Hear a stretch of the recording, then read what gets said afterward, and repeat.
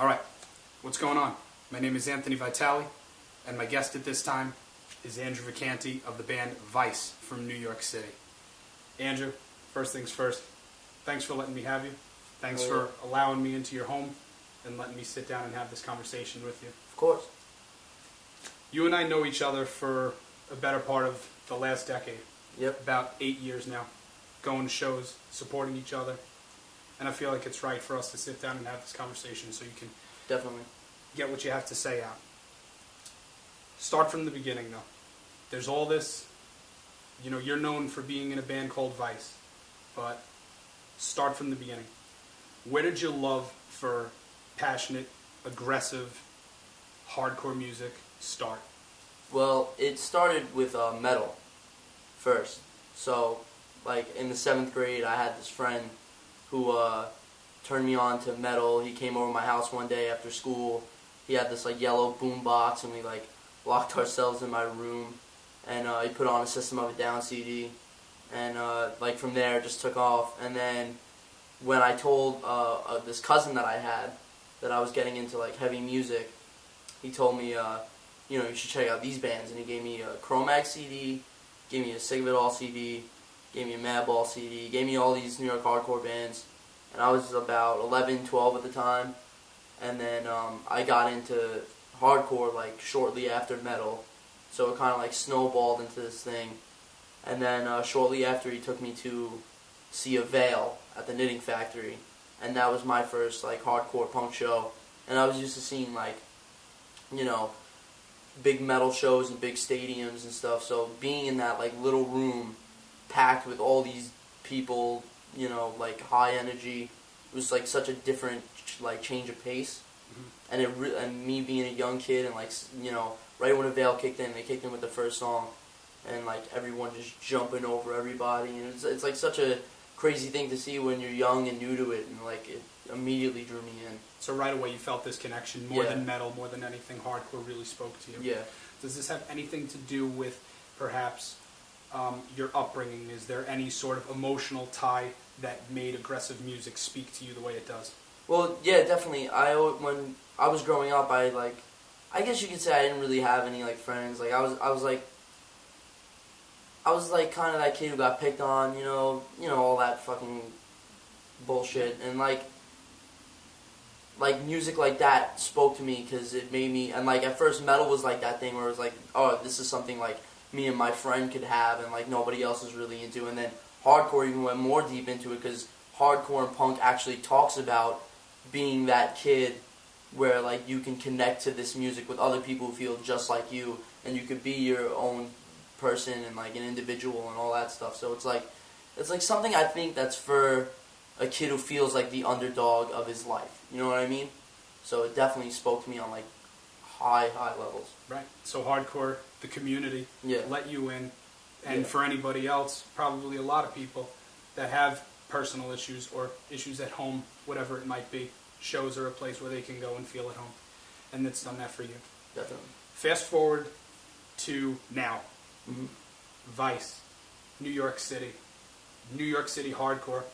You're up there playing with bands that you've grown up with. You're running neck and neck with these bands. People associate Vice with these hardcore bands. I'm going to give you some stats. You've done over 16 tours with Vice. Yeah. Is that correct? Uh-huh. You've seen the United States multiple times. You've done Puerto Rican tours. Mm-hmm. Twice. No, just once. Once. Puerto Rico was once. One Puerto Rico. You press all of your own merch in James Napo, your bassist, his basement. Yep. DIY merch, DIY touring, Mm-hmm. all do it yourself. You put out a record on Eulogy Recordings. So this is all accomplishments of this band Vice, all done on your own. How does that make you feel, and is that the way you wanted to go about it? Looking back on everything that I've been able to do up until now, every time we come home from a new tour, we do a new thing, put out a new record, it's always something that I look back at and I'm this is so cool, because me being a kid, I never thought that I would be able to say that I could do these things. going to Puerto Rico was like another like crazy milestone like to me, because that's like I got out of like America technically. I mean, if, you know, but yeah, and it was like out in Puerto Rico they treat you like rock stars, and it's like it was like crazy, and like I don't know, like the records that we put out mean a lot to me. Obviously, I mean those lyrics, every lyric that I put into Vice means everything to me, no matter what. And yeah, I mean, a lot of the stuff that we've been able to do, I never thought I'd be able to do it, and it's really cool that I could say that I've done everything up until now, and I can keep going and keep doing more things. And you've done it all yourselves. Yep. All. It's actually the whole DIY aspect. Actually, again, my cousin would always tell me, you know, like you guys should just print your own merch. You know, you save a lot of money. It's, you know, it's a cool thing to do. Mm-hmm. And at first, I was like, man, this is gonna be so like difficult to do. And we started out with like 2x4s, like nailed to like beer pong tables and stuff. And now it's crazy because me and James have a whole printing business. Yeah. So it's. So not just for you guys, for other bands. Yeah, it's insane to see where it's gone from 2012 to now, and it's so cool. I like to be able to say that me and Vice did everything like on our own for the most part. Aside from like, you know, Frequency Deleted Records putting out our last record and the new one that's coming out, and Eulogy putting out the CD and everything like that. There's Vice from New York City, and there's a band called Vice from Ohio. In July 2012, this kind of became a issue, not only between Vice New York and Vice Ohio, but it was made clear to the entire country, so to say, on a metal hardcore site called Lambgoat. Yeah. And Lambgoat is, you know, in this little bubble, this little world that we all live in, is kind of the site that's putting out all of these relevant articles. And this kind of came to a head July 2012. There was an article that came out, and there was an argument between somebody from Vice Ohio and a ex-member of Vice New York, in which things kind of got spilled over. How did things start with Vice Ohio? Like I remember seeing a while before that even Lambgoat thing ever happened. A while before that, someone was hitting me up on Facebook. They were like, "Oh, you're playing this show?" And it was either in Ohio or somewhere else. And I was like, "No, we're not going to be on tour. We're not playing that show." I looked into it and I saw it was another band, and I was like, "All right, whatever." And I remember just making one comment, being like, you know, being real nice about it, like saying, you know, like we're a band who's been doing this for like a little bit now, and like you guys just started.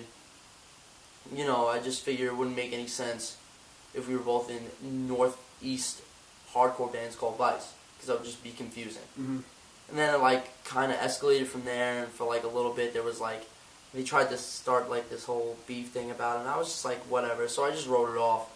And then eventually, when Dom joined the band, he got heated about the situation. It was actually the day of my birthday that argument was started, and then I woke up to that Lambgoat post. Yeah. In all honesty, when it comes down to it, it's like, whatever, it's a name. Well, it happened. It happened. It's over. Well, I don't even want to. Here's the thing. Have a problem over it anymore. This here was kind of what got a lot of other people, you know, fired up about the situation. Was that in these messages, these Facebook messages that were posted to Lambgoat, there were these death threats towards Vice Ohio, and one of the last things said in that conversation by this ex-member of Vice is, "Go ahead, blow it off. Seriously, kid, you're fucking with the wrong people. Don't think I can't find out where the fuck you live, and don't think I won't drive out there just to fucking kill you. Once again, you're fucking with the wrong people. I can't explain that any more clearer." And that kind of became a thing that, you know, this Vice New York band was making death threats, and it made people kind of pick a side. But how do you write that off, and how do you explain that? Side note, looking back on that, it kind of reminds me of a Floor Punch song. That whole thing sounds like Floor Punch lyric. No, and, you know, it was just some dumb rage-driven thing, and it was like I didn't even know it happened until I saw it on Lambgoat. Yeah. You know, I didn't even know like the kid who was playing in the band for us said that until I saw it on the website, and I was just like I kept saying to myself, I told him to just leave it alone, and he wouldn't leave it alone. Yeah. Obviously. So where do you stand with Vice Ohio now, though? I mean, as far as I'm concerned, there's like nothing to beef about anymore. So there's like, just I've spoken to pretty much all the members of them. We've spoken to each other. There's no problems. Right. As far as I know, because I've talked to them about it and everything's cool. So at the end of the day, there's just a Vice New York and there's just happens to be a Vice Ohio also. Yeah, pretty much. That's at the end of the day, it's just two bands with the same name. All right. Let's roll into something else. It's another controversial topic. Okay. You guys put out a piece of merch a while back, and it is a man being hung by what looks to be I'm not sure what, I guess a gorilla or something else. The guy was hanging the gorilla. So the guy is hanging the gorilla, Yeah. and the guy hanging the gorilla is wearing a merch swap shirt. This is also a site, or this is a part of Facebook in which people that can trade hardcore merch can meet up and name their price and sell hardcore merch. And this is something that in this shirt, or in this hoodie as well, is something that you guys have opposed to. What do you mean by that? Well, it's a lyric in a song called Leave off one of our records.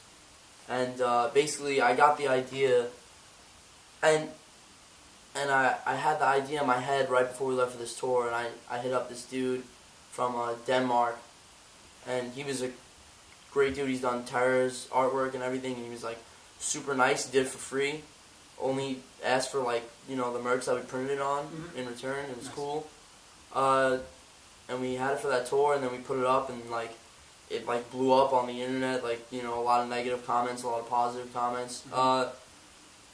Pretty much what the thing people miss in that, it's like they'll either say that, oh, these kids think hardcore is dead, or like or only merch swap itself ruined hardcore, and that's why we think hardcore is dead. What I can't stress enough is that like that line doesn't mean I think hardcore sucks or hardcore is dead. I think that just some people sometimes need to kind of think outside the box when it comes to hardcore now, and that everybody tries to be very complacent. And I mean, yeah, like a main kind of thing that you do see sometimes is like, you know, merch being like kind of like a big deal to kids, and I don't think that should be a big deal. I don't think spending a lot of money or charging somebody a lot of money for a shirt is cool or has anything to do with hardcore music. Like, for one example, going to the Judge reunion, buying the shirt, and then immediately putting it on eBay for like $300. That's a little like childish. That's like some like card collector shit. You know what I mean? Like that's not hardcore and punk to me. Like, you know what I mean? That essentially is hardcore ruining hardcore for you. Yeah, and I mean, like, when I came up with the idea, it's just like I said, it was in that song, and it kind of like was like, I love Rival Mob, and they had a song called Hardcore for Hardcore, and I was like, well, I'm kind of feeling like a lot of kids in bands, like, kind of, like, they like, try to take the role of hardcore when they're really not about it, and they're making, like, other people seem like this is what hardcore's about, when in reality it isn't. You know what I mean? Yeah. So, all right. You also went out on a tour last year with a band called Desolated from the UK. There was also a band called Bench Press on that tour. There was also a band called Traders on that tour. And you also made these Lambgoat headlines with this band Traders as well. I'm not too sure what the details are, but the band Traders would eventually drop off of this tour and go home. Not without going into detail, you released this statement regarding that, and it says, "We don't stand for being fake or getting handed anything handed over and fed from a silver spoon. Don't care what fucking genre you play. Do a tour. Don't complain and eat shit like every other band starting out has to do. Even established bands still do it. I can't stand crybabies. Play your instruments and shut the fuck up." So, would you say that this band Traders was not, not tour ready, or were they just giving you a hard time, or what was the problem with this band Traitors? They weren't necessarily giving me a hard time. They were giving, well, first, this all started when I got wind of, I already had a bad taste in my mouth about this band because my friends work at a place called Foo Bar in St. Louis. Okay. And this band Traitors, before the tour started, tried to pin a robbing of their van on the people that worked at this venue. Mm-hmm. And well, a few bands have had problems with this. yeah, Foo Bar thing. understandable. You know, it wasn't the venue itself. It was the people, other people in the area robbing their vans. But Sure. they tried to pin it on my friends who are part of the hardcore community that helped hardcore and that venue out a lot.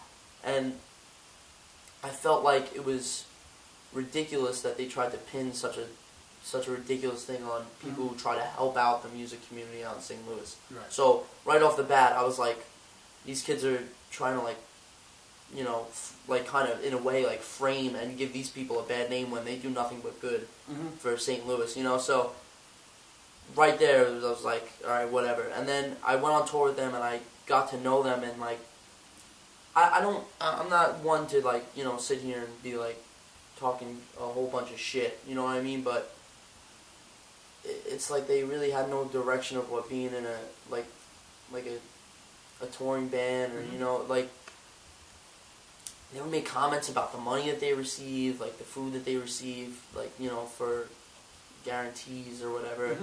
I mean, they played the music out of like the PA and the back line. I don't know. To me, that's all like bullshit. And the only reason why I said what I said from the band page was to make it clear that no matter what, I didn't want my band, you know, Vice, I didn't want us to be affiliated Right. with a band who has that kind of mentality. You know, I would rather people hate us for making a real ass comment than people be like, oh, they must be friends with Traitors, that band who complains about getting money and free food, and Right. you know what I mean? So Yeah. Well, according to the statement, they were being crybabies, and eventually, I guess, essentially, you were right. They ended up going home and leaving that tour.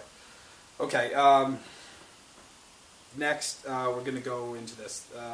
People have labeled you the most hated man in hardcore. Why I'm not? Why?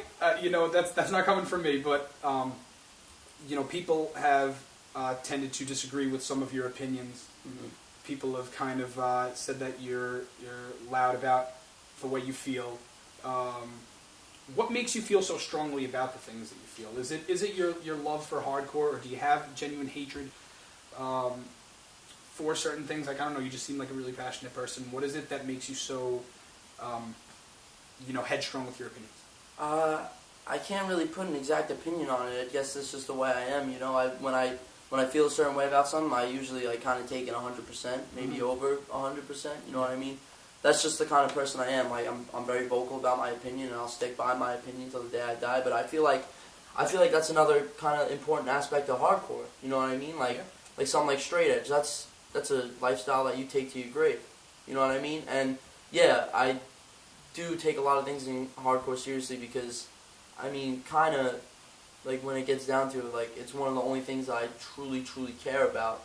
And I hate to be that like cliche, cheesy guy, but I mean like in a lot of sort of ways it kind of saved my life.